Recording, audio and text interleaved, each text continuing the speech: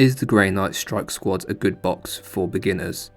I bought this as my first army primarily to paint and learn to paint, so in terms of the gaming and tabletop aspect of things, I can't really tell you about meta or whether they're going to be a good army to start learning to play.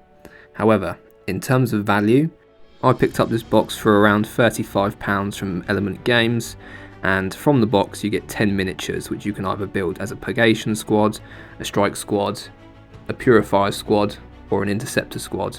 I chose to build mine as a Purgation Squad purely because I thought they looked cool. In terms of value for money, this is kind of at the low end of some of the miniatures and boxes that you can get from Warhammer, so not bad in terms of the value for someone that's just starting off trying to figure out whether they like the hobby and whether they like the painting aspect. Now in terms of building, these aren't the easiest models to put together. Some of the newer kits are like a push together type of build, whereas these ones require you to buy some plastic glue and you have to kind of assemble them in however you like. Now that allows you to have some freedom with how you build them.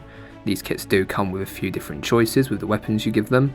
However, it can be a bit trickier to make sure things are aligning. Particularly I found it quite challenging with the arm placement, making sure that both arms kind of lined up and also didn't look weird when attached to the torso.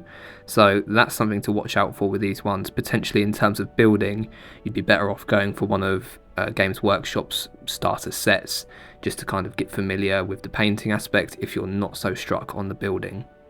In terms of painting, these are pretty fun to paint, if not a bit simple. There's a couple of little things I struggled with. For example, on some of my models, some of the weapon placement and arm placement made it a bit harder for me to reach certain areas, like on the torso or the kind of belt buckle. Also, these guys have got a lot of details on them with the purity seals and little metallic trinkets, so that is something to be aware of. If you've not got a steady hand, you might find that quite challenging.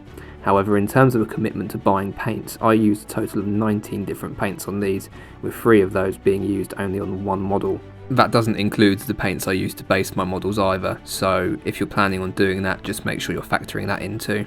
Now this may be partially down to the fact that I'm a beginner, but if you're in the same shoes then this might happen to you too. But in terms of techniques like dry brushing, I struggle to see some of the effects on these, whether that's down to the fact that they haven't got super dramatic recesses like some of the more complicated miniatures, or whether it's just a bit of user error.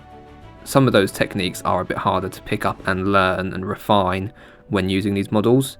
That being said, these are quite beginner friendly to paint. The models in general were just challenging enough to keep me engaged and feel like I was pushing myself out of my comfort zone a little bit, and obviously you could even get more detailed than I have with putting little bits of scripture on the pages and things like that. Unlike Space Marines and some other armies, you're quite restricted in terms of how you paint these. There aren't loads of different chapter colours that you can use and customise them how you like. However, if you like the Grey Knights lore and aesthetic, then I'm sure you're going to enjoy painting these. Thank you for watching the video. If you liked it, please support the channel and drop a like and subscribe. Also, let me know in the comments what your first army was and how you found this as a beginner, and what you would recommend to other people for their first Warhammer army.